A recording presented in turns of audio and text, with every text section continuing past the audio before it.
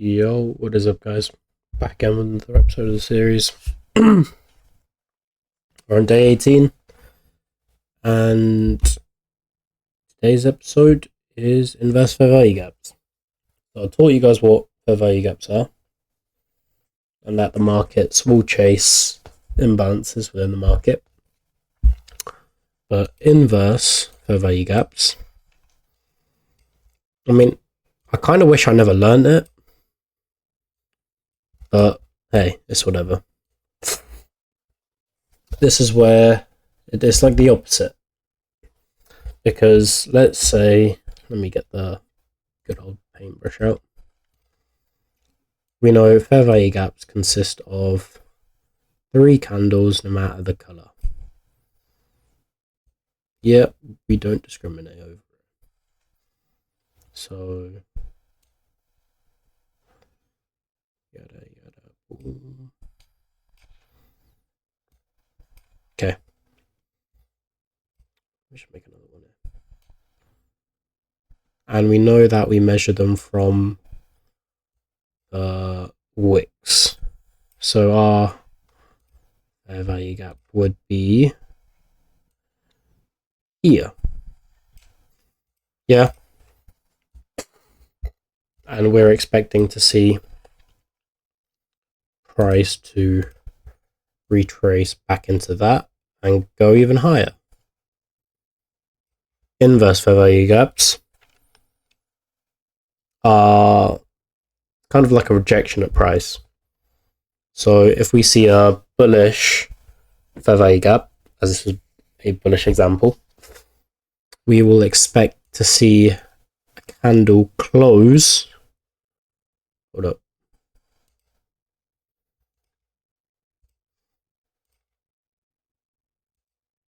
You will expect to see a candle closure below the fair value gap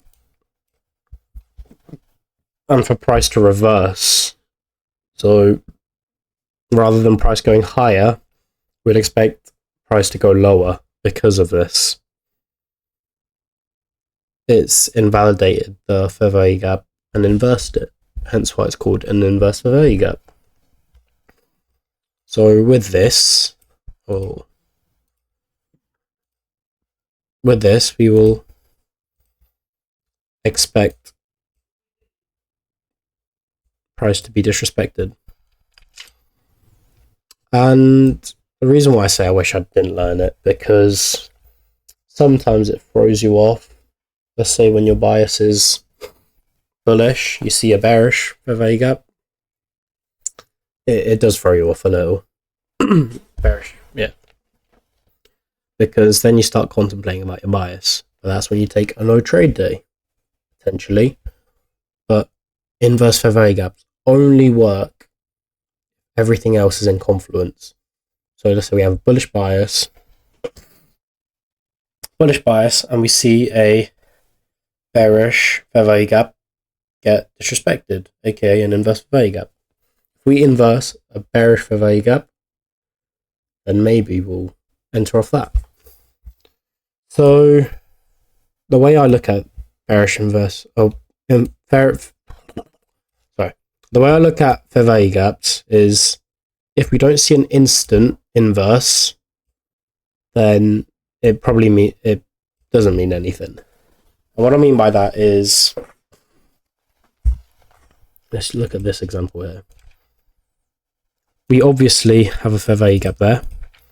We reacted into it, and we went down a little bit. But with this, we close, see this whole candle here? We close past the body, or the body closes past the fair value gap, hence why we trend up higher. And we usually see this before our breaker structure, because our breaker structure is here. Up, down, break. So you get a cleaner entry, but then again, I don't think you can really call it a cleaner entry, because if we did enter, we would have entered here at that top. Yeah? If we entered at that top, we would have been into drawdown for a bit. So use it when it's appropriate. It's usually better on the smaller time frames when it comes to understanding the quick response of them, because if we have our bias and we see a bearish fair value gap, it could give us a bear entry, you know? But I'd much rather use a breaker structure as stronger confluence, you know? Because look, let's say we have a bearish bias here. We've scaled down in the 5 minute. We have two fair value gaps. We have 1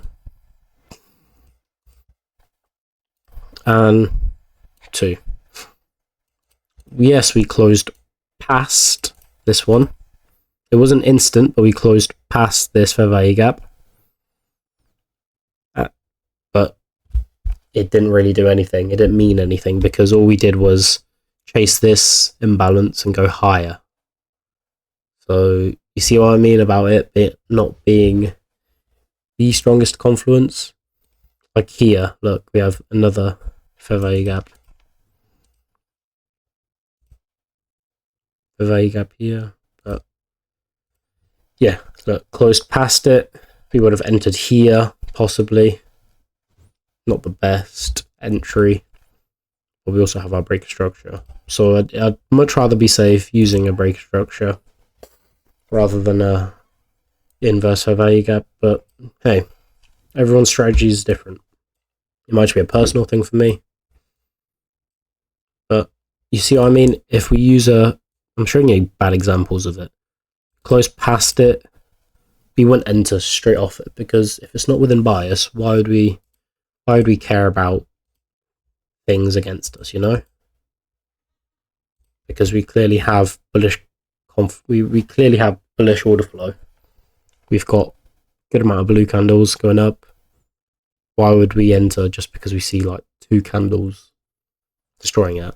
So yeah.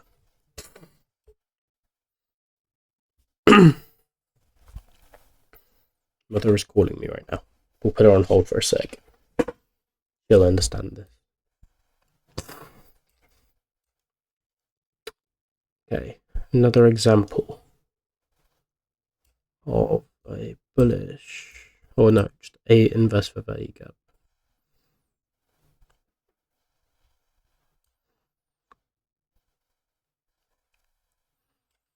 Okay, here, fair value gap. We have strong bearish order flow, and then we get this strong reaction up. Close past it with the body, simple as. Okay, we wouldn't have entered here because of the wick. We would have entered here because that's the body close. Okay, simple. This is a good example. Okay, as long as daily bias is within it, I can see why you'd use a inverse fair value gap because of this. Look, what do we have here? Fair value gap. Would have reacted off it if we had confirmation to go higher, but we didn't. Body closes past it there, and you see how much of a better entry. Like, there's advantages to inverse fair value gaps, don't get me wrong. Like, people use this to get more precision, because the difference between having your entry here compared to having your entry over here can make a very big difference. Well, why am I using it this way? Hold up.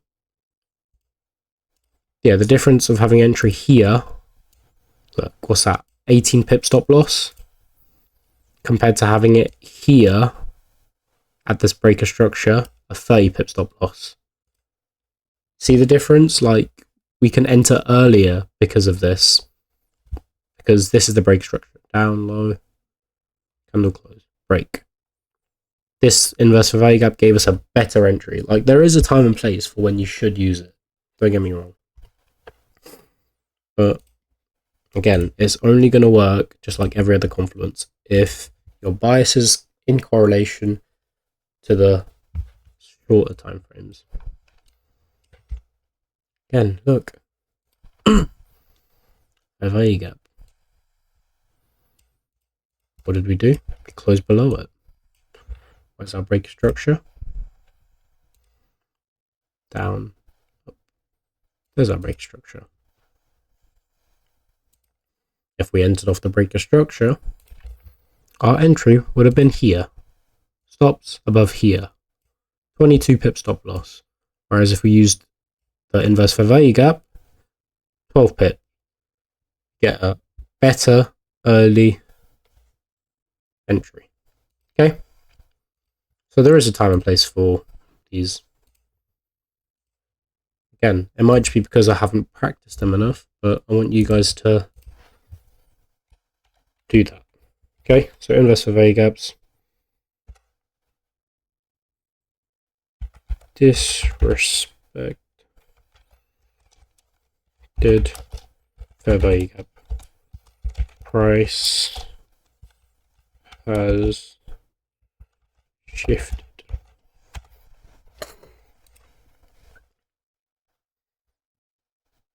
Okay.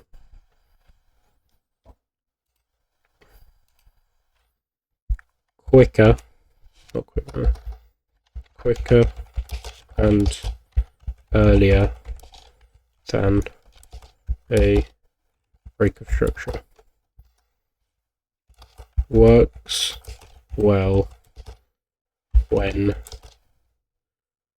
it reacts quick enough. What I mean by that is we don't expect to see an inverse FVG gap after 10 candles. We expect it within like 2 or 3. Okay? Simple. Your homework will be to find 10 inverse FVG gaps to the upside. Find 10 inverse FVG gaps to the downside. Okay? Simple. That's your homework. That's what it is. And when it's best to identify them. Simple? Okay. We're getting close. I think we're over halfway of the series. So, yeah, it's slowly coming to an end. Soon enough, we're going to be getting into the actual strategy. And by then, you guys should have a great understanding of what trading is. So, yeah. Hope you guys enjoyed this episode. I'll catch you guys on episode 19, I believe. Wait. Yeah, episode 19. Where I will be doing